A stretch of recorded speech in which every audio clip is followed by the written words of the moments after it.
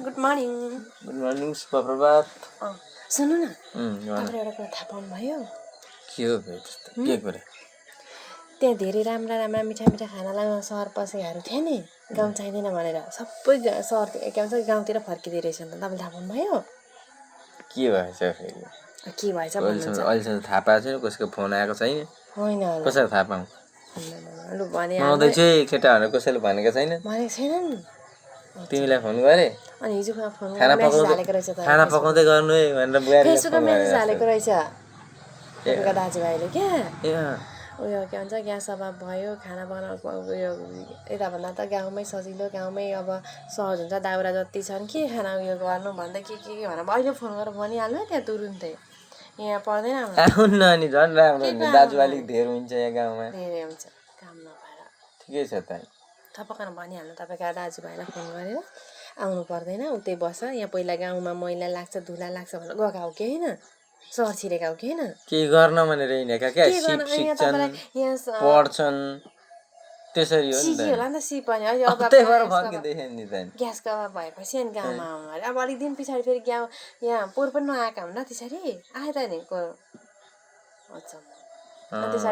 जे गर्छ ग्यासले गर्छ क्या। अब हेर त मान्छेलाई ग्यासले यहाँसम्म फर्काउने भइसक्यो, गाउँसम्म फर्काउने भइसक्यो मान्छेलाई। अनि दाउरा जति छ ग्यास नभएर के हुन्छ त, आगो बल्छ हाम्रो। पहिला चाहिँ हामी अर्ग्यानिक खाउँ हेर, यत्रो छ उयो सबैजना भएर खेती गरौँ, के भन्छ सब्जी आफै फलाउँ, धान आफै फलाउँ, चामल आफै घरकै खाउँ भन्दाखेरि मानेन नि। धुलो लाग्छ मैला लाग्छ, कसले यहाँ काम गर्न सक्छ बेकारमा भन्दै पनि। ए बाबा यही बुझ्नलाई नै समय लाग्ने हो क्या।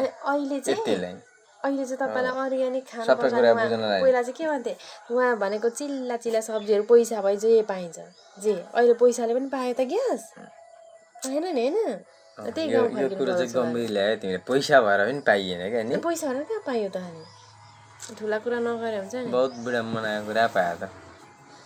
अनि अब होइन यस्तो जहाँ समस्या हुन्छ समाधान गर्दै जानुपर्छ कि। समाधान के समाधान गर्नु? आयो भने आउँछ नि, हाम्रो खेत छँदैछ, कोठामा खेत छँदैछ, बारी छँदैछ, खन्छन् खान्छन्, के गर्नु र टेन्सन किन लिनु? उतै बस्छ भन्नु, यहाँ चाहिँ होइन है। होइन साथीहरू, नेपालमा जति छ हामीसँग खेत, हामी के टेन्सन लिनु, खालि बारी खनिने त। अब त झन् सस्तो हुने भयो त मान्छे त। यहाँ ग्यास त सर्टेजमै हुनु परेछ, अनि पो मान्छे खेततिर लाग्न थाल्छ त। दाउरा खोज्न थाल्छ होइन। गम्भीर विषय आएछ। जे गर्छ अब ग्यासले गर्छ है। अब चाहिँ सबैलाई फरक हुन्छ कि क्या? ल।